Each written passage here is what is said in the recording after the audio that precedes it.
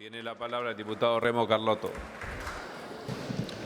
Gracias, señor presidente. Me parece, en primer término, plantear la importancia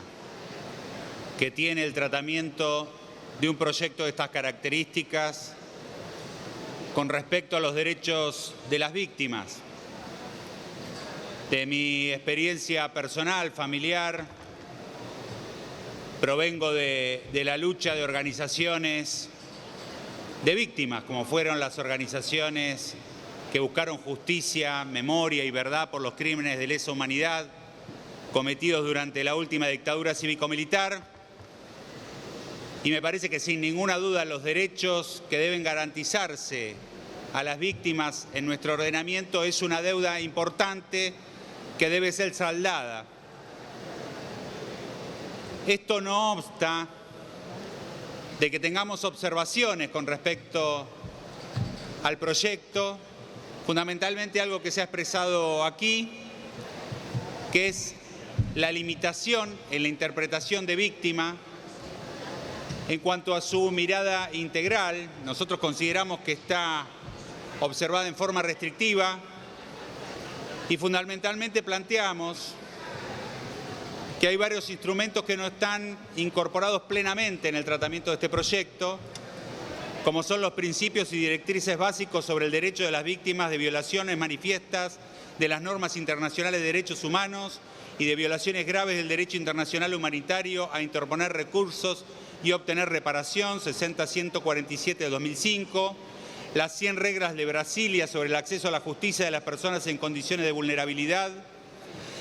de la 14ª Cumbre Judicial Iberoamericana, las directrices sobre la justicia en asuntos concernientes a los niños, víctimas y testigos de delito, la Carta Iberoamericana de Derechos de las Víctimas,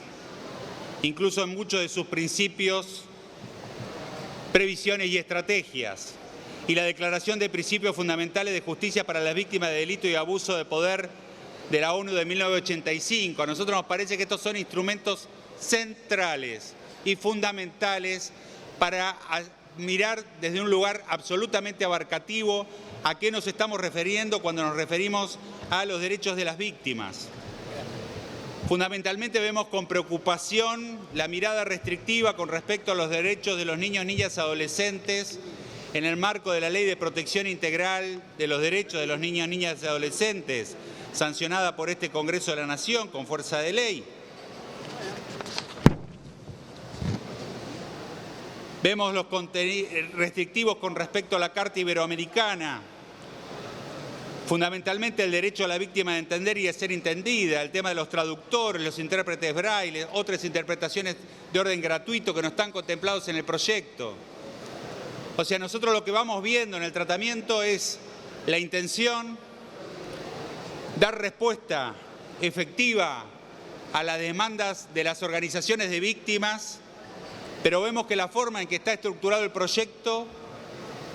genera un proceso que para nosotros debe ser motivo de preocupación y que tienen que ver con las recomendaciones internacionales que reciben los estados en cuanto a la progresividad de derechos y no la regresividad de derechos. Vemos también algunas incongruencias de ordenamiento legislativo, ya que en el artículo primero se plantea que esta es una ley de orden público y en el artículo 34 se plantea el tema de la adhesión de las provincias. De la misma manera, nosotros vemos con preocupación la superposición en las modificaciones con respecto al Código Procesal vigente y al Código Procesal que está suspendido, y también allí se modifican en cuanto a derechos y garantías de las víctimas que generan desde nuestra perspectiva incongruencias. Con respecto al capítulo que tiene que ver con las causas por crímenes de lesa humanidad y los casos de memoria, verdad y justicia, nos parece también que tiene una mirada de carácter restrictivo, proyectándose solamente sobre la interpretación del acceso a la verdad y no toma en cuenta las recomendaciones del Grupo de Trabajo de Desaparición Forzada de Naciones Unidas